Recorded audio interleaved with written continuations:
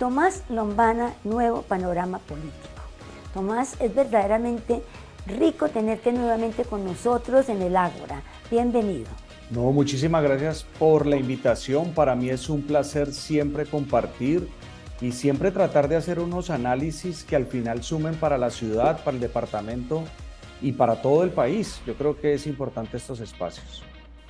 Tomás, bueno, mirando un poquito primero que todo el panorama nacional, el panorama político, ¿cómo ves tú que estas elecciones regionales han cambiado hasta cierto punto el panorama político? Fueron muy interesantes, son muy interesantes lo que sucedió. Creo que el pacto histórico como tal tuvo un revés. Hace un año exactamente fueron medidos, es para estudiarlo. ¿Era pacto histórico o era Gustavo Petro como candidato y aglutinaba esas fuerzas en lo local? ¿Si funcionaron, no funcionaron? Y en resumidas cuentas, o mirando rápidamente los datos, se da uno cuenta de que no les fue nada bien. Hay una cantidad de números y digámoslo, de concejales, asambleístas, sí, par de alcaldías y gobernaciones que se ganan, pero no de forma abrumadora como lo lograron en las presidenciales, en senados y en cámara. Bueno, mirando un poquito, digamos, la reacción de la gente, el Centro Democrático se siente muy triunfalista. ¿Tú dirías que ellos son los ganadores o que de pronto más bien centro-centro, el partido de la U, Cambio Radical, Partido Verde? Es muy interesante el análisis. Yo creo que mirando la colectividad o la gente que tiene pensamientos o tiene afinidad con el Centro Democrático, te tengo que decir que sí fueron en parte ganadores, pero por una sencilla razón, es por el crecimiento en sus votos. No creo que como estructura, vuelve y les da un aire. Hay gente que está pensando de esa misma forma, que sigue esos valores como partido político expresa. Pero sin lugar a duda, creo que la devolución del péndulo de la izquierda en las elecciones anteriores, moviéndose hacia la derecha, se fue frenando un poco hacia el centro. Algunas, lógicamente, candidaturas son de derecha pura, pero hay mucho espacio ganado por estas candidaturas de centro que están entendiendo lo que he llamado la metamorfosis que se está viviendo en ciertas regiones del país. Cuando tú hablas del centro, entonces hablamos del partido de la U, me imagino que todavía sigue siendo como los seguidores de Santos hasta cierto punto, el Partido Verde, ¿de esos es a los que nos referimos? Sí, digamos lo que, y ahí agregaría de pronto a Dignidad. Ellos jugaron en esa camada de algunas alcaldías importantes y son parte de esos procesos. Inmediatamente apenas empiezan a hablar de posibles conformaciones de secretarías, de quién va a acompañar al candidato, inmediatamente se da cuenta uno quiénes son los que estaban detrás. Y podemos mirar el caso de Cali, pues inmediatamente la fuerza que logró tener Michel Maya o la fuerza que ya a estas alturas se le empieza a dar a la doctora Mayolo. Entonces uno dice, ojo, por lo menos en Cali inmediatamente nota uno la entrada de pensadores, llamémoslo de esa forma, de temas políticos hacia el centro. ¿Tú dirías, por ejemplo, que una de las grandes ganadoras en esta contienda fue Dilian Francisca Toro? Sin lugar a dudas, su votación de 700.000 votos sigue siendo una muy buena votación de ella como candidata a la gobernación del Valle. Pero cuando usted va y mira cómo quedaron las elecciones, por lo menos en alcaldías, ¿dónde está el sello U? Y si la mente no me falla, estoy hablando de alrededor 25 alcaldías de forma solo U. Y yo le calculo que debe existir unas 8 o 9 alcaldías adicionales en las cuales es con alianza con la U y otros grupos. Entonces, de 42 municipios, ella quedarse aproximadamente con unos 30 a 35 municipios, pues tengo que decir que pues demostró su poderío electoral y adicionalmente la cantidad de representantes en el consejo del partido de la U y en la asamblea, pues fueron las fuerzas más votadas. En el caso, por ejemplo, ya parece que Eder y Dilian van a hacer una alianza. ¿Tú qué opinas de esa alianza y cómo crees tú que la ciudad la mire? Es lo mejor que nos puede pasar. No podemos seguir estando partidos como sociedad. Venimos de una campaña presidencial de hace un año que nos partieron entre la izquierda y la derecha. Venimos de una campaña a la alcaldía que nos trataron de partir entre los ricos y los pobres, o entre la élite y digamos los estratos populares. Y eso hace mucho daño a una sociedad que venimos del estallido social o como lo quieran llamar, y en el fondo esas fracturas hay que tratar de cerrarlas. Y yo creo que ese acto, desde el punto de vista simbólico de que van a estar sincronizados para sacar el departamento y al Valle adelante, es muy atractivo. Yo le sumaría algo, es que Alejandro Eder en su primer discurso habló de región, no se concentró tanto en la ciudad. Lógicamente Alejandro tiene proyecciones políticas, pero habló fue de la importancia de Buenaventura, la importancia de Jamundí, las entradas a la ciudad, proteger la ciudad capital. Entonces es muy atractivo y que esa alianza ojalá se dé y de buena forma. Sí, en esa reunión que tuvieron conjuntamente, pues hablaron prácticamente de la región en el sentido de que uno de los grandes proyectos, o dos de los grandes proyectos, uno es el tren de cercanías y supuestamente están viendo cómo lo financian y lo sacan pronto, y lo segundo es la carretera al mar, o sea que ahí tenemos a Buenaventura. Bueno, también en Buenaventura, también la candidata creo que es de la U, ¿cierto? Sí, la candidata que ganó en Buenaventura es de la U, entonces, y yo destacaría algo más, es que al final también Eder en su discurso dijo, el Valle del Cauca debería de ser un departamento cero coca, cero marihuana. Es muy pretencioso, pero así debería de pensar un mandatario. Y yo creo que eso va muy alineado a los grandes problemas que tiene la región. Miremos un poquito la participación de las mujeres. Tomás, ¿cómo viste tú? Bueno, hay 6 gobernaciones. ¿Cómo viste tú que le fue a la mujer? Si hemos alcanzado ese 30% o no. Difícilmente se va a lograr ese 30%, pero creo que lo que pasó en las elecciones en varias regiones del país con mujeres protagonistas fue muy importante. Yo rescataría hasta posiblemente 3 o 4 zonas del Valle del Cauca. En Cali tuvimos 7 precandidatas, 2 que trataron de llegar hasta el final, solamente quedó una, pero empezamos con 7. Es muy interesante que haya sucedido eso. Ojalá, creo que si hubiera estado más mujeres, creo que a las mujeres les hubiera ido mejor de lo que registró Millerlandi como candidata mujer. El caso Jamundí estuvo un cabeza a cabeza en 2 mujeres, en Paola e Ivonne. Termina ganándola el Partido Liberal, Paola, pero fueron 2 mujeres las que lideraron en un sinnúmero también de hombres. El caso de Candelaria estuvo Jessica y Liz Burgos y termina ganando Jessica, pero estuvieron en cabeza de 2 mujeres.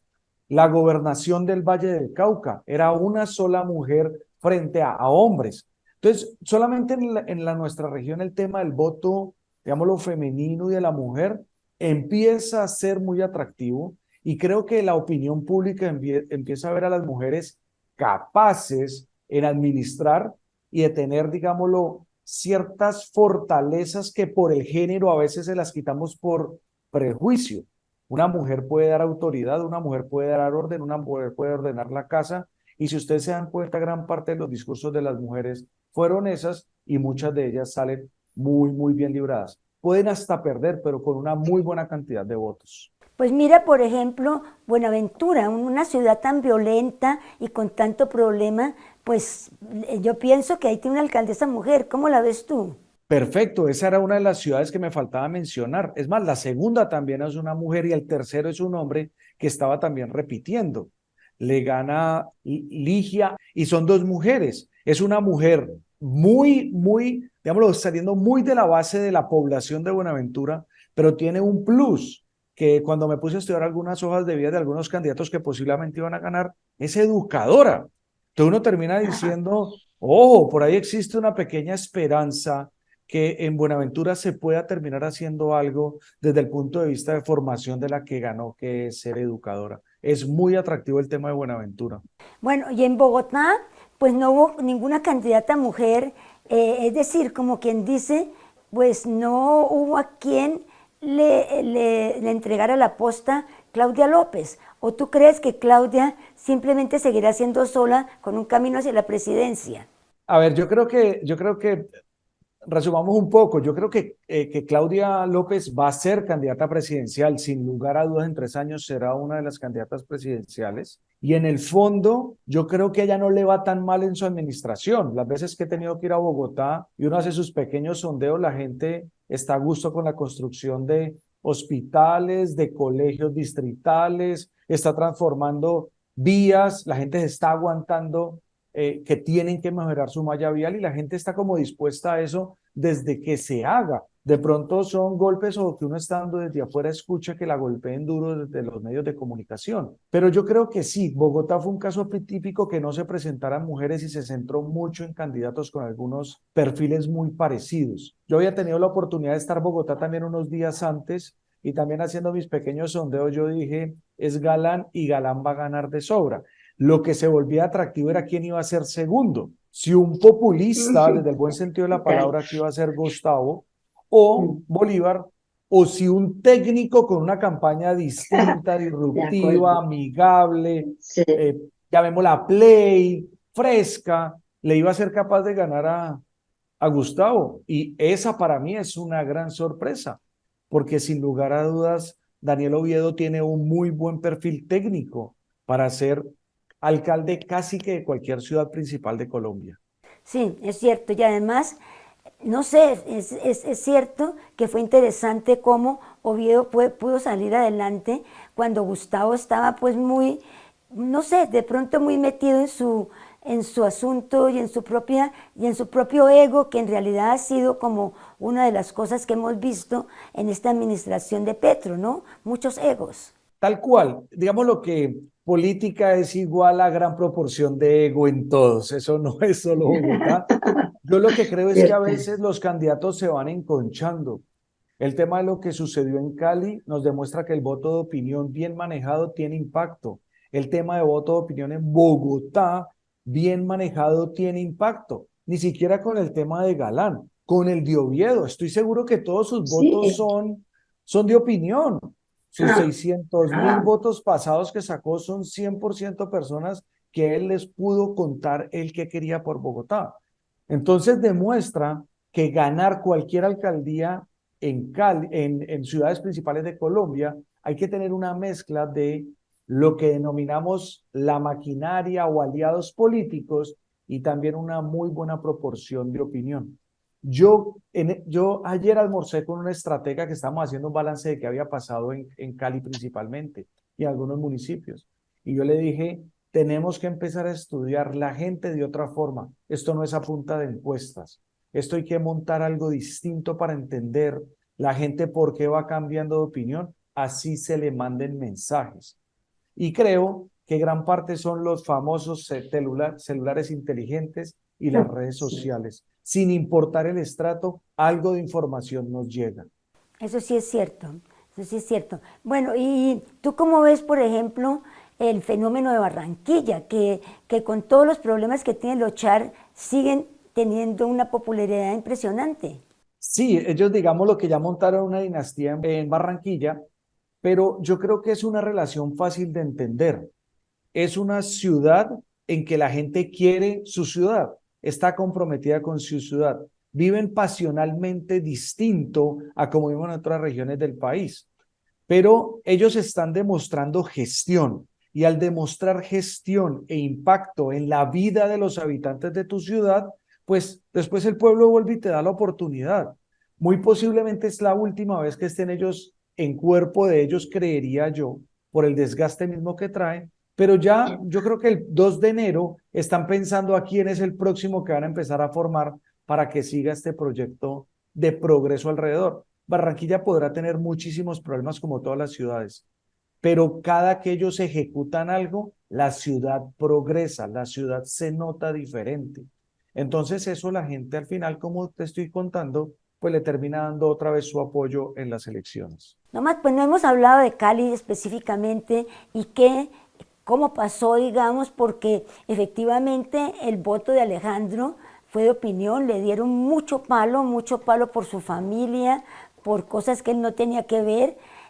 Yo vi dos videos al final de la campaña, uno que me pareció terrible porque simplemente él decía que él no era lo mejor y yo pienso que lo peor que uno puede pararse a decir es yo no soy el mejor.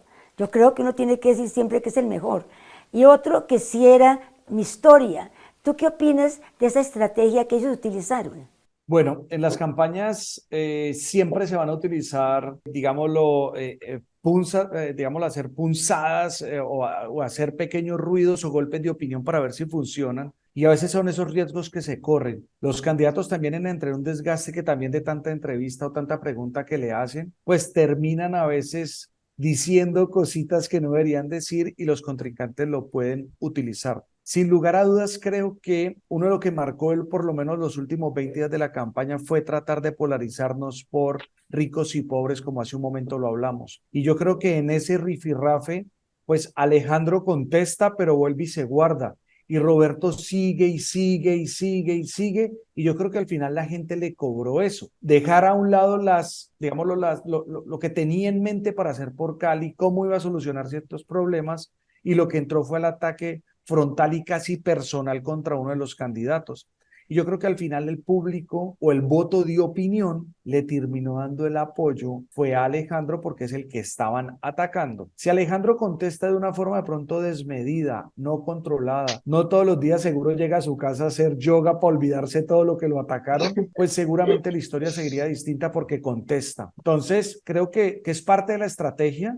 Y yo lo que creo es que todos deberíamos de sumar para que esas heridas se cierren cuanto antes y apostarle a 3 años en que las cerremos lo más rápido posible, porque nosotros estamos fracturados, estamos partidos en dos. Eso sí es cierto. Y además, por ejemplo, pues hay algo gravísimo y no sabemos cómo, creo que fue por lista cerrada, que el pistolero de Ciudad Jardín salió elegido al consejo.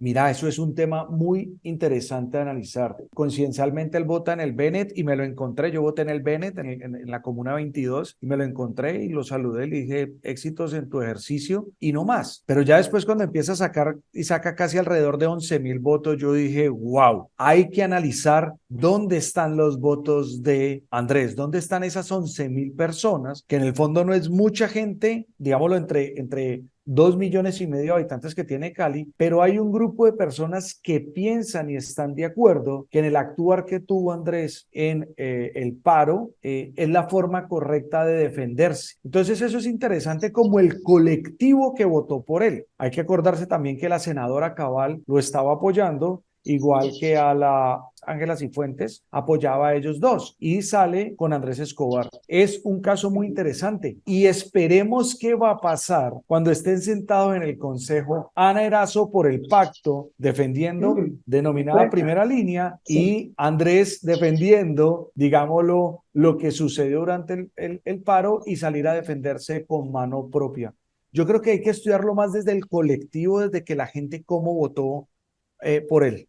Es muy interesante, es muy, muy interesante. Sí, bueno, ya digamos, mirando, saliéndonos un poquito de la región y de Cali, ¿cómo ves tú el futuro? Ya lo hablamos la otra vez, pero ¿cómo ves que va Petro en este momento? Viaja mucho, hay mucha crítica, pues tiene un enemigo pues cerrado que semana. ¿Cómo lo ves? A ver, yo voy a empezar diciendo que si al presidente le va bien, a todos nos va bien, pero no se está sintiendo eso en la calle, ni en el votante, ni en el ciudadano caleño. Sentimos de que hace falta algo más. Lógicamente, en esta zona del suroccidente se lee un poquito distinto lo que hace el presidente porque tiene un poco de mejor imagen que el resto del país. Pero hay que entender que no le está funcionando sus estrategias de comunicación. Está más preocupado o desde mi punto de vista buscan cortinas de humo. Todavía hablando del conflicto entre Israel y Palestina, cuando aquí estamos enfrascados en qué diablos vamos a hacer con las EPS porque no va a haber medicamento pronto para ciertos pacientes. Entonces, estamos como perdiendo a veces el foco de lo que termina siendo importante. Entiendo que falta que el Estado empiece a soltar la plata a las regiones. Eso no ha empezado a suceder y las administraciones se empiezan a ahogar y el funcionamiento de las regiones empieza a fallar. Entonces yo creo que tienen que corregir rápidamente, pero me llama mucho la atención es que no hay correcciones, sino que cada vez como que se cometen más errores. No hay como un pare que está pasando, volvamos a empezar, sino que más bien estamos es como solucionando chicharrones a medida que vamos avanzando. ¿Y tú crees que es falta de asesoramiento o es que él no cree en los asesores o es que, no sé, ¿qué será lo que le pasa al presidente? Yo me devolvería a lo mismo que hablamos ahorita. Políticos igual o muy parecido al tamaño del ego.